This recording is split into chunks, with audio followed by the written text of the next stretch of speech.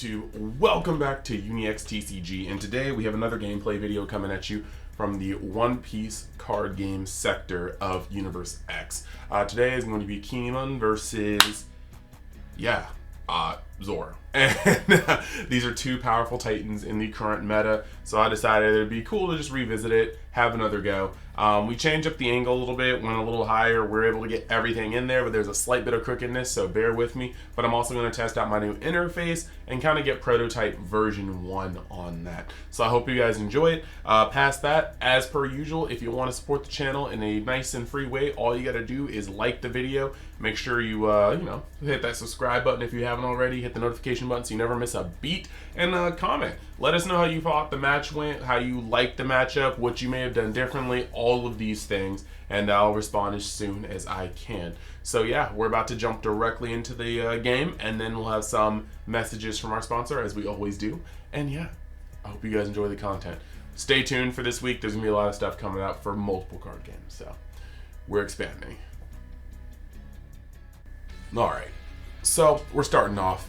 I did roll a 12, and then he just rolled a 9. So we're going for it.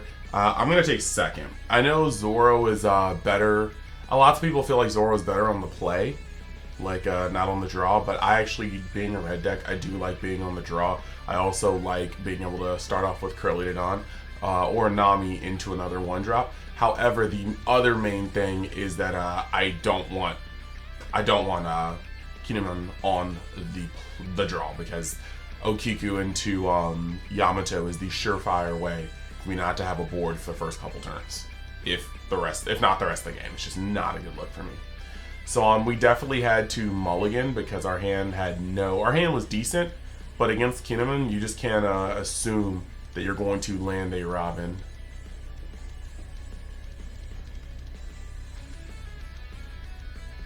And actually have it stick, because there's just so many ways for them to tap it and then swing on it with a Dawned Up Leader.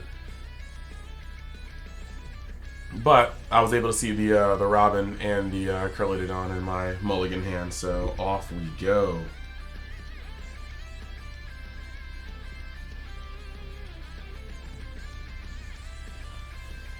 So he starts off with the Momonosuke.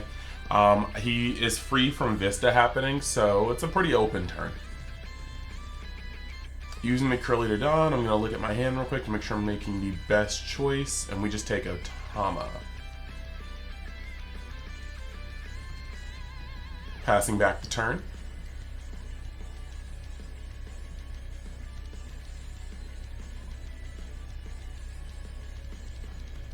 So here now he's actually about to be able to play some things. I can see a Beige as well as a 4-cost Yamato in his hand. A Toki.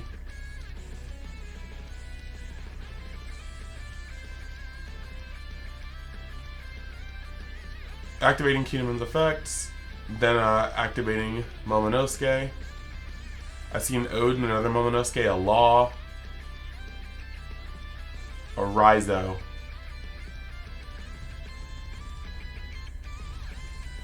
Oof. He really wanted to find an Akiko here. But he picks up the Raizo, plays him out. This way, if he does happen to see another Momonosuke, he's going to be able to take it and go off with it, or a Bonnie, either or. He'll be able to draw multiples of the Raizo. I accidentally flipped it on off the top. Pretty bad. Currently looking at what we can play, and I see the momentum play here.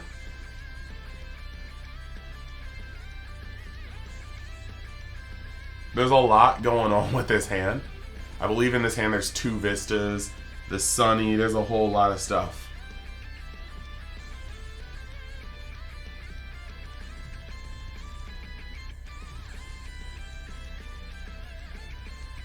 So after deciding what to do, we almost make the mistake of trying to do this, but this is testing, so we're just like, hold up. I'm just going to swing raw at the Momonosuke. There's not really much of a reason not to give him a hand, not to do anything. So we're going to hit the Nami because we just curlied and we didn't really see any Straw Hats.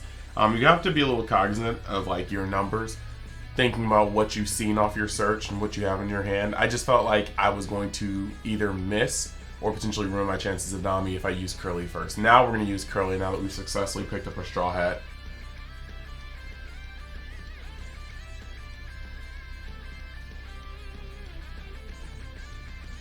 Taking the Makino. And we got a Sunny in hand as well. We got a Sunny in hand, and we've also got the double Makino. So at this point, we've cleared his Momo. He has to open up another 1-drop in order to go in, and I have a lot of gas for next turn.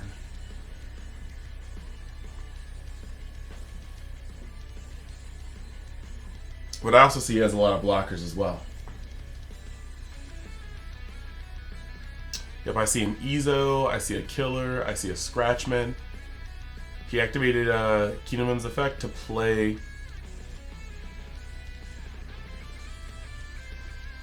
Yep, to play Yamato. Yamato's likely going to tap the Sunny, yep, because that is the biggest threat on the board.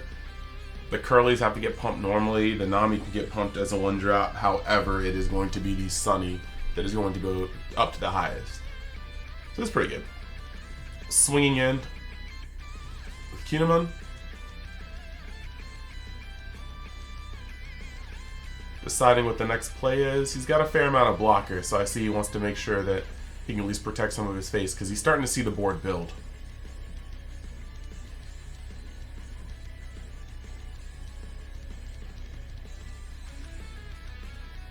There we go. Double blocker out here. And I like the play. He's playing tight, but he's also playing like right. I think he's playing very correctly here. I have a massive hand, and my board is going wide, and you can see he doesn't have much counter power in his hand. There is a Killer. Yeah, that's not good on his part. It's just unfortunate that he doesn't have a lot of gas in his hand, so he's just trying to press to the board.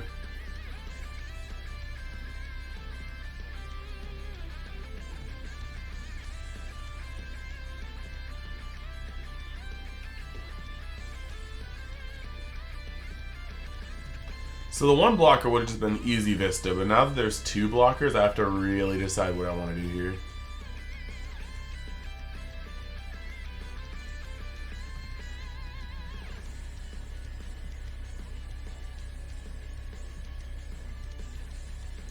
So we're going to go with a 6K Zoro to see what he does. This is just a testing poke. We need to see how he responds to the first hit in order to know where we go from here.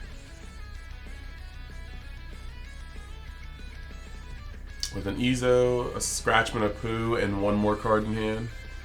He's going to take it, seeing his next card.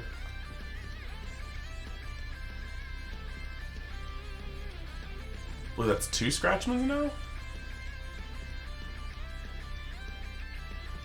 So next, we're gonna swing in with 1 Curly for 5K. See what he does here as well. The Toki actually ends up blocking this time. Again, another correct move because he wants to make sure he blocks with the situational blocker before he blocks with the one that can't be turned off. So now, I'm going to play Otama negging the Raizo down, only to Vista it afterwards because I don't want him getting another draw. He's already low on cards. He's going from 4 to 5, and I don't need him being able to try to recoup his hand. So now I see he drew another Toki. He's also got a Killer out. Well, Killer in hand. So he's got Toki, Killer, I think double Scratchman, yes, and then 1 Ezo. The hand is not very strong because he doesn't have any bombs. He doesn't have any way to really press me. He only has ways to try to stay alive, and it's not a good place to be at this stage of the game. So he's going to end up trying to clear some of my board.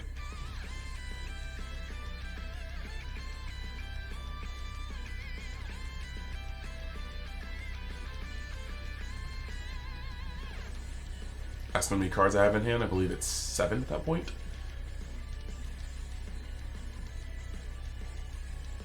So actually, he opts to ignore the board.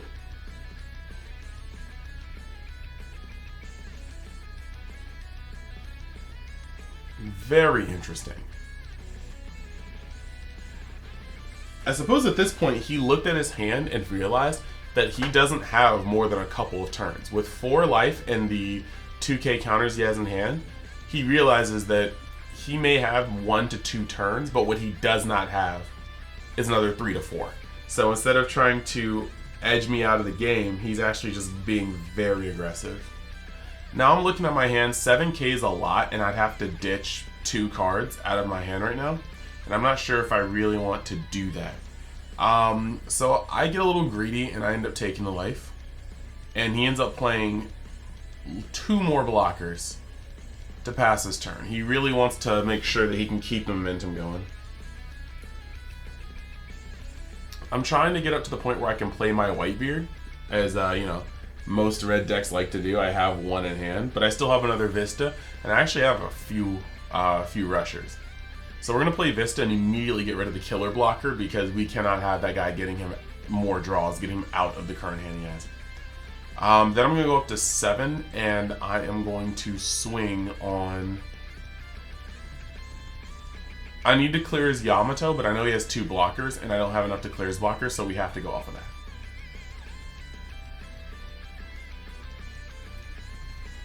So we got the Toki out, and like I said, it's very good that he ends up blocking with the Toki first, because that is the one that can get cut off if anything happens to Yamato.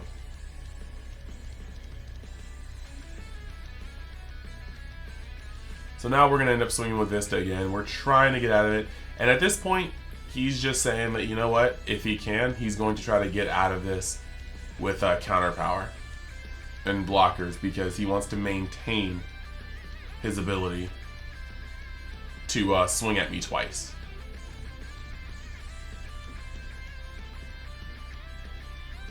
So using Scratchman to get out of this neutral 6k, I can tell that he doesn't have 1ks in hand because he's actually having to overcounter. And then we're back to his turn.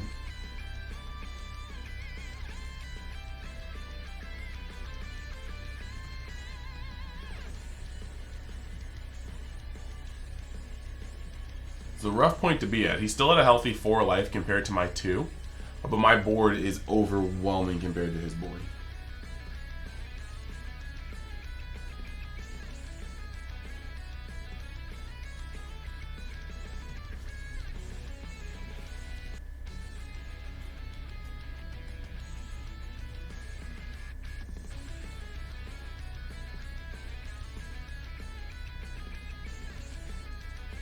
A few hard decisions to make here.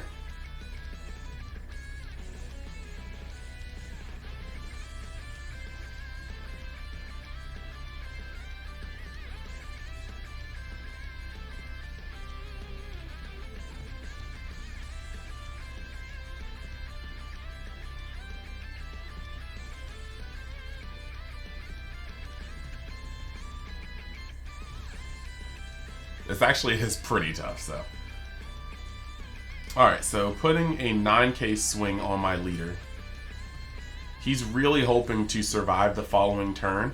Since I didn't do any damage to his life, he's really hoping to survive the following turn and then move directly into a game-winning push on his following turn.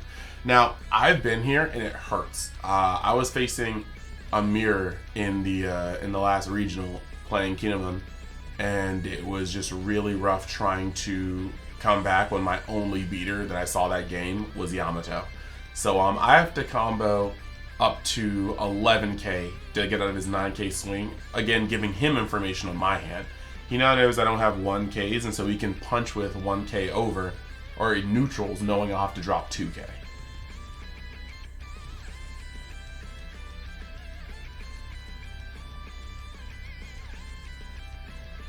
Now he's stuck in a weird position about whether he needs to get rid of my board or go for face. Now this one's either or, but I think he saw with the counter power I have, it may not be the best. And I just snap take that, because at this point I know that I can get rid of his Yamato, or at least I feel like I can get rid of his Yamato, and there is no way he kills me next turn if his Yamato is gone. This is green, there's no rush, and he doesn't have the kid leader. So I'm pretty safe right now, provided I clear his Yamato. And now that he's tapped out, I think I can do that. He has 2 cards in hand. So the first thing we're going to do is dawn up Zoro and swing at Yamato, knowing that we're either going to get a card from his hand or a block. and he actually blocks it. So now we're going to go over for Vista for 6k. I've got so many more swings than he has cards in hand, so it's not really a problem for me.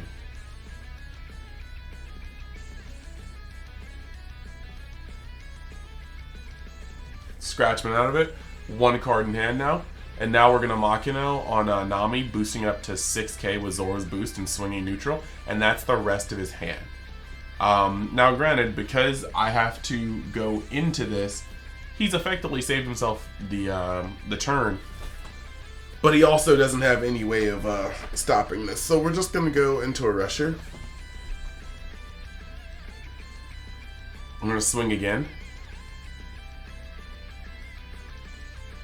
With no cards in hand, that's an easy 5k. And now we have to think about what we want to do next. We have another Rush Zoro in hand. We also have Rush Luffy.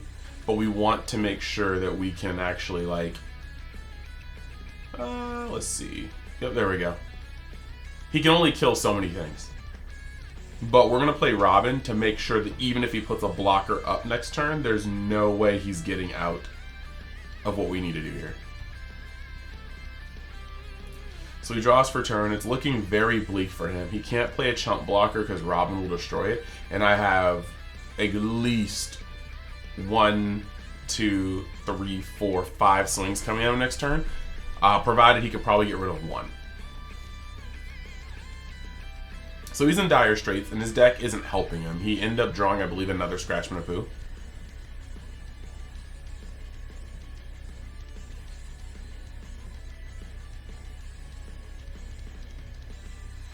And I see it with an Okiku. So he plays the Okiku because there's no reason to keep it in hand. It either survives till next turn, it could potentially help him win game, or it sits in his hand and does nothing.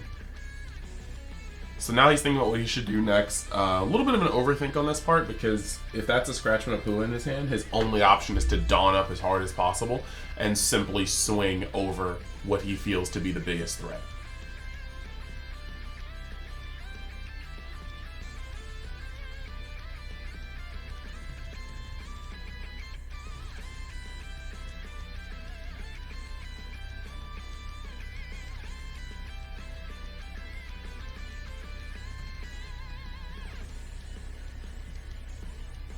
So here we go. A full 6 Dawn under him. Yep, making him 11k. We are playing 0 games. That's going. And this is also good because leaving 2 up, not only does he feint Punk Gibson, which I feel kind of weird about feints because I'm like, it doesn't matter. I'm still going to swing the way I'm going to swing. I just may have to be a little more tricky about it.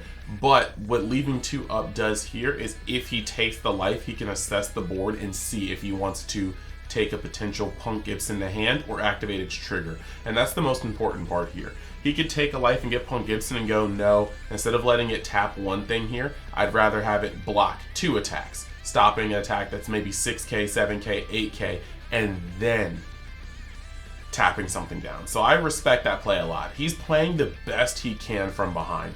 I did Otama into the Okiku and then Robin it away, so stopped his ability to kill me next turn. And now we're in a very much so comfortable position again. I don't care how many cards I give him this turn because I'm not dying next turn. We swung for 5 when he has 0 cards in hand. Now we're gonna swing for 7. Now that he has now that he has 1 card in hand. Because Punk Gibson is the only thing that changes his math. Now we're going to go up to 9 and swing now that he had an extra card. If you guys haven't seen my magic numbers video, this is exactly what that video was supposed to go into. I wanted to keep certain things up, but no. Swinging 5, then 7, then 9 ensures that no matter what he drew, unless it is a Punk Gibson, my damage is assured. And now we're going to play Nami to search my top 5 for hopefully another rusher. But we've actually, instead of finding another rusher, we find Diablo Jambe.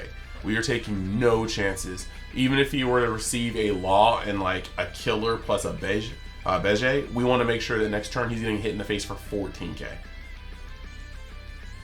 So after I searched Diablo Jambe, he pretty much realizes there's nothing else he can do.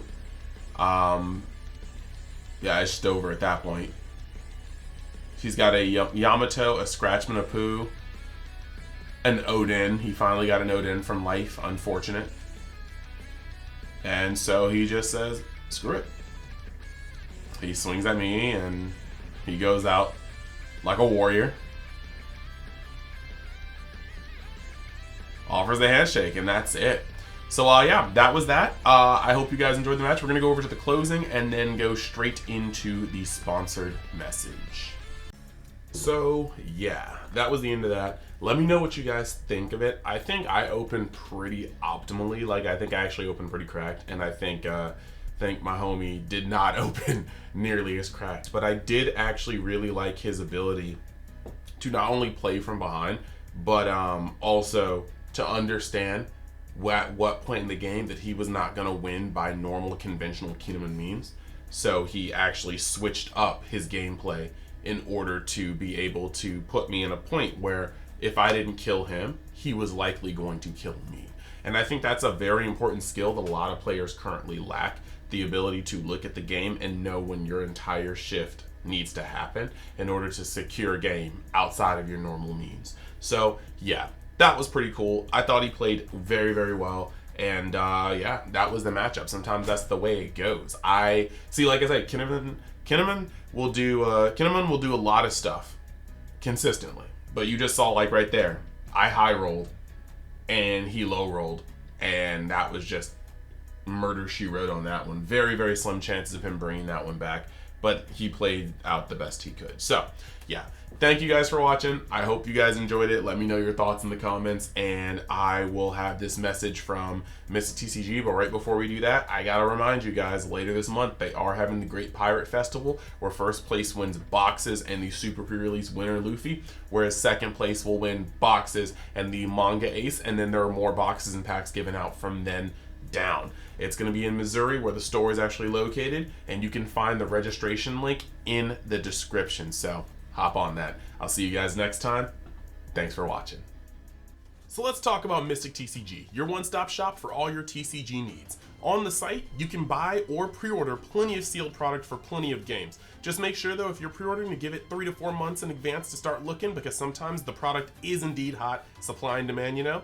And then if you want to buy singles, go on tcgplayer.com. There's going to be a link in the description where you can buy for the best value. And if you want to sell cards or collections, you can message them on their Facebook site so you can get the best bang for your buck on any type of way you want to buy or sell cards. And then while you're at it, you can use the code UNIXTCG at checkout to get even more of a discount. So hey, what are you waiting for? Check out Mystic TCG today.